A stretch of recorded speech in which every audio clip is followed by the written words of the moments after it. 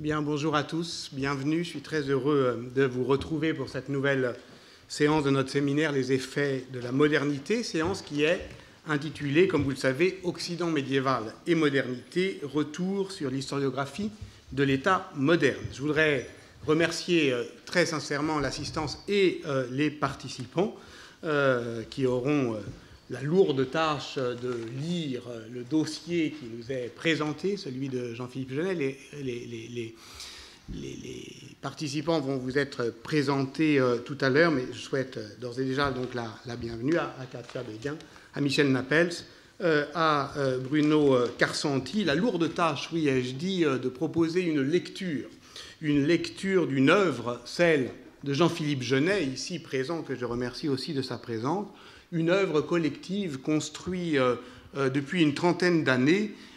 et qui a quand même, on peut dire, une certaine ampleur, puisque Genèse de l'État moderne, dans sa première version, ce genre de livre, il y en a une trentaine d'exemplaires, on peut dire, et puis dans sa deuxième espèce, la Fondation européenne de la science en avait proposé 6 ou 7 exemplaires,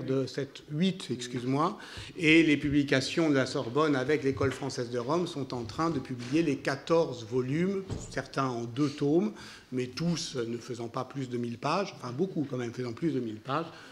du pouvoir symbolique en Occident. Lecture, ai-je dit, et je me permets, pour donner un sens à ce geste, je me permets d'emblée de citer une phrase de l'introduction du livre de Bruno Carsanti, D'une philosophie à l'autre, les sciences sociales et la politique des modernes, paru chez Gallimard en 2013. Lire, c'est penser avec d'autres dans leurs textes, pour autant que leurs textes ne se referment pas sur eux-mêmes, mais conduisent le lecteur à basculer dans un autre champ de réflexion, c'est-à-dire à poursuivre son questionnement dans un autre texte. Et c'est à ce type d'expérience, basculée d'un texte à l'autre, que nous vous proposons donc de travailler ensemble. Je suis heureux de réaliser ici et maintenant un des souhaits qui a été longtemps différé de Jean-Philippe Genet, confronter son travail à la lecture des sciences sociales aujourd'hui. J'en suis heureux et fier et ému parce que j'ai travaillé à ses côtés de très longues années et participé d'une certaine manière aux dernières inflexions de ce grand chantier de recherche. Il sait ce que la réflexion que nous tentons de mener ici sur l'histoire des pouvoirs lui doit. J'ai eu la maintes fois l'occasion de le dire. Disons que cet historien médiéviste, animateur au début des années 1980 de la Société d'études du féodalisme, a vite compris que la féodalité n'avait pas d'avenir dans notre monde contemporain, ce qui est tout de même une idée très minoritaire dans le monde académique et universitaire, et on peut savoir gré à Jean-Philippe Genet d'avoir mis sa pratique de l'histoire en conformité avec la théorie de l'histoire qu'il pratiquait, c'est-à-dire au fond une théorie d'un pouvoir non autoritaire. Je voudrais aussi dire à Étienne Hanheim, qui a coordonné la séance et qui va la présenter tout à l'heure, qu'il sait bien que les raisons sont nombreuses pour lesquelles je suis heureux de le convier à prendre la parole ici. Mais avant cela, je me contenterai juste ici de faire ce que je ferai donc à partir de maintenant et pour enchaîner les séances, un bref résumé du chapitre précédent pour essayer de comprendre comment notre réflexion collective s'articule. Nous avons donc lors de la précédente séance, et j'en profite pour dire ce que j'ai déjà dit la fois dernière, c'est-à-dire que les séances sont effectivement captées en vidéo, qu'elles seront disponibles en podcast, mais seulement pour les communications des intervenants, que la discussion libre, qui dure ensuite une bonne heure et qui clôt notre longue après-midi, elle, eh bien, puisqu'elle est libre précisément, elle est aussi libre de ne pas être remémorée, et donc vous pouvez vous exprimer avec dans toute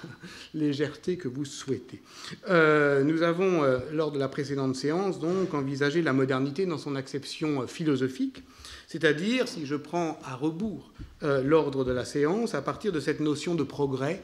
dont Michael Fossel a montré qu'elle n'était pas chez Kant, contrairement à ce que l'on dit souvent, une sécularisation de l'eschatologie. Et c'est évidemment une des questions qui va être saillante dans la réflexion sur la genèse de l'État moderne, le problème de la sécularisation assurément décisif chez les historiens, et je me permets de signaler sur ce point que, évidemment, on ne cesse, Bruno Karsenty l'a fait à la suite de Giorgio Agamben, de revenir sur la controverse entre Carl Schmitt et Erik Peterson, où, vous vous souvenez, Carl Schmitt, en 1922, dans Théologie politique, affirmant abruptement tous les concepts prégnants de la doctrine moderne de l'État sont des concepts théologiques sécularisés, et Erik Peterson, lui, répondant en 1935, dans Le monothéisme, un problème politique, que ceci n'était pas autre chose que des concepts politiques romains théologisés. Et d'une certaine manière, cette articulation, c'est un des points cruciaux de la théorie, me semble-t-il, de Jean-Philippe Genet, développé notamment dans un des colloques importants du programme dont il sera question ici, Rome et l'État moderne européen, paru à l'École française de Rome en 2007. Retenons en tout cas que cette critique du modèle de la sécularisation amenait Michael Fossel, il y a 3 semaines, à envisager l'idée de progrès comme une catégorie de la consolation. Mais de quelle désolation le progrès devrait-il nous consoler? De celle, disait-il, qui résulte du désenchantement de la modernité elle-même, et, je le cite, « Le progrès à l'infini est consolant dans la mesure où il rend l'histoire supportable, alors même, ce qui est le propre de la modernité, que sa fin n'est plus certaine, mais seulement régulatrice. Il n'y a pas de conséquence nécessaire entre cette idée de progrès et la croyance religieuse en une téléologie absolue, précisément parce que l'expérience historique est celle de l'écart maintenu entre l'espace d'expérience et l'horizon d'attente. » On reconnaît évidemment ici les catégories de Koselleck dont il sera question dans d'autres séances, mais c'était plutôt en suivant la critique de Hans Blumenberg que l'on parvenait à cette proposition, et notamment lorsqu'on se souvient de ce qui est démontré dans la légitimité des temps modernes. Seule l'époque moderne s'est comprise comme époque et a créé par là même les autres époques. Dès lors, cette puissance légitimante de la modernité trouble paradoxalement les moyens narratifs de la raconter. Et Stéphane Van Damme avait montré comment l'histoire des sciences, ce grand récit de la raison,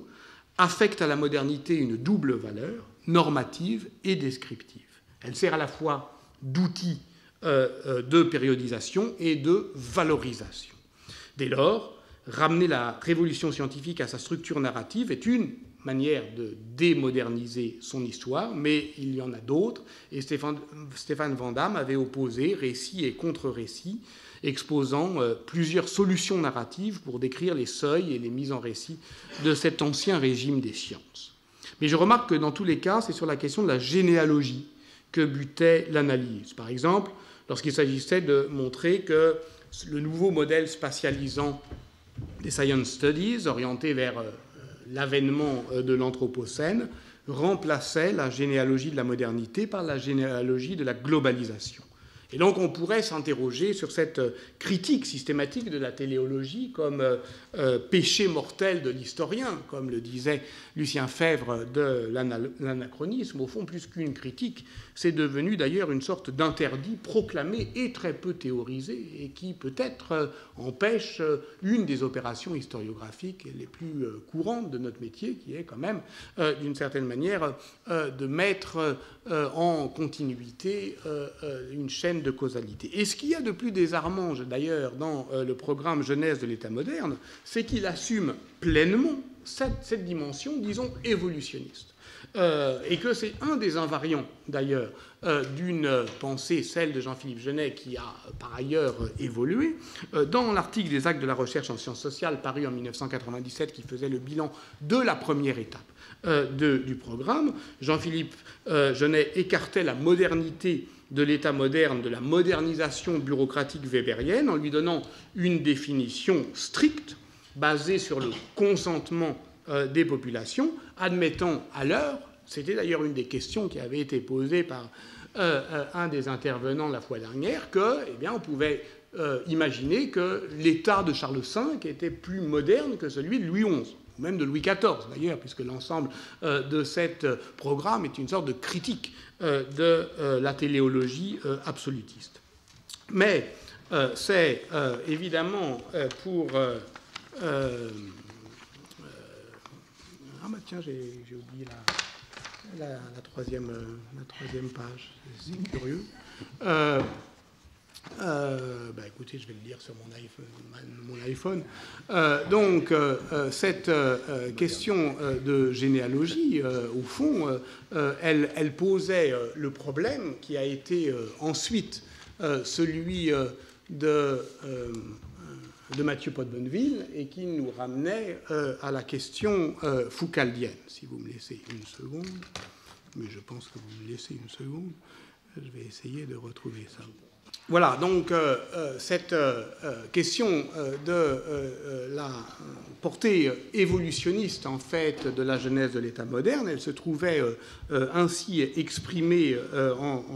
1997, et dans la dernière production de Jean-Philippe Genet, Pouvoir symbolique, légitimation et genèse de l'État moderne, dans le dernier volume Légitimation implicite, on lit par exemple ceci: dans la perspective comparative et diachronique, l'apparition et le développement de l'État dans l'Occident médiéval, l'État est qualifié de moderne parce qu'il est l'ancêtre direct de celui d'aujourd'hui, où on le retrouve dans le monde entier, loin de sa racine européenne. Voilà pourquoi il nous a paru essentiel de mettre l'ensemble de la dernière séance, non pas sous l'autorité, mais sous le questionnement de la généalogie foucaldienne. Et celle-ci ne vaut pas vraiment, au fond, pour sa puissance de périodisation, puisque Michel Foucault, c'est ce que nous a montré au début Mathieu Pot de Bonneville, utilise au fond, et sans trop y croire, et sans trop s'en préoccuper, de nouvelles idées qu'il place dans de vieux tiroirs, et que, au fond, lorsqu'il utilise âge classique, Renaissance, modernité, eh bien, c'est au fond comme une sorte de mise en récit qui entend à la fois la modernité comme, je cite Mathieu Pot de Bonneville, séquence, récence, exigence et reconnaissance. Donc, au fond, si Foucault nous aide à défaire les temps modernes, on ne peut pas attendre de lui non plus qu'il mène l'opération jusqu'au bout. Il s'agit, contre toute lecture théologique du moderne, de souligner que ce qui est récent est profondément contingent, autrement dit, ni originaire, ni reconnaissable. Mais ce qu'il cherche aussi, Foucault, du même mouvement, c'est à relancer l'exigence moderne. Et de ce point de vue, tout ce qui a été dit à la suite de Roger Chartier, dont je salue la présence ici, sur la manière dont Foucault, ne cesse de convoquer dans son œuvre la Révolution française, mais sans jamais lui assigner le rôle d'un tournant global et total de l'histoire, eh bien, va assurément dans ce sens. On se remarquera d'ailleurs que, d'une certaine manière, la question de l'Ancien Régime, et peut-être aussi un autre impensé de notre conception historiographique du temps politique, et l'État moderne dont nous allons parler aujourd'hui, est glissant sur toute la période moderne. C'est-à-dire qu'au début, il s'arrêtait, au fond, avec le long Moyen-Âge de Le Goff, c'est-à-dire à l'extrême fin du XVIIIe siècle, précisément parce qu'on était au temps, justement, de ce socle marxiste qui est la seule manière, si on croit à l'existence du mode de production féodal, de mener un Moyen-Âge étiré jusqu'au bout. Et sinon, eh ben, on a une butée qui n'est pas vraiment fixée et qui, pour l'instant, est plutôt, mais ça, on aura à en discuter, autour de 1640. Et voilà pourquoi nous revenons à notre point de départ kantien, sur laquelle je terminerai, la lecture de Qu'est-ce que les Lumières par Michel Foucault, qui consiste à repérer le moment où Kant ne cherche pas, je cite Foucault, à comprendre le présent à partir d'une totalité ou d'un achèvement futur. Il cherche une différence. Quelle différence aujourd'hui fait-il par rapport à hier? Et Mathieu Pot de Bonneville de commenter: l'archéologie entendue comme exercice de découpe et de démultiplication des découpes, exercice vis-à-vis duquel la modernité apparaît à la fois comme une unité provisoire et comme un cas possible, serait la traduction et la prise en compte dans la pensée contemporaine d'une attitude de modernité consistant précisément à assigner le présent par différence et comme différence, ce quand bien même la modernité est alors explicitement distinguée d'une époque. Et nous voilà donc revenus à l'une des questions posées par Bruno Karsanti: qu'est-ce qu'appartenir à la modernité, sinon ériger en condition moderne, la différence d'aujourd'hui par rapport à hier. Et nous nous retrouvons aussi sur le sens du mot de lecture qui, pour Michel Foucault, je le cite, déploie ses possibilités et la maîtrise de ces possibilités à partir des discours qui viennent de cesser justement d'être les nôtres. Donc c'est à ces lectures, dans ce sens-là, que nous vous convions cet après-midi.